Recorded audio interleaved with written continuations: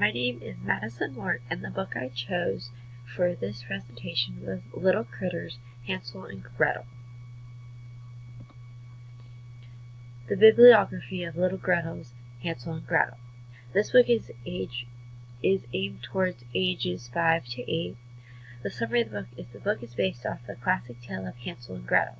The two main characters, Hansel and Gretel, go into the woods and decide that they are hungry.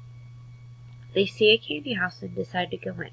They run into a witch who locks Hansel up while he is sleeping and makes Gretel perform various chores around the candy house.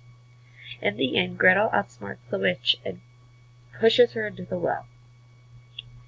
At the end, Hansel and Gretel's father shows up and unlocks Hansel's jail cell and takes both Hansel and Gretel home.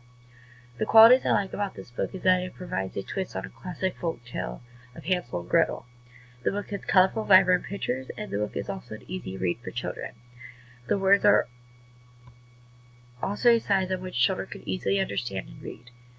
The book's pictures are very useful in determining what happens in the story as well.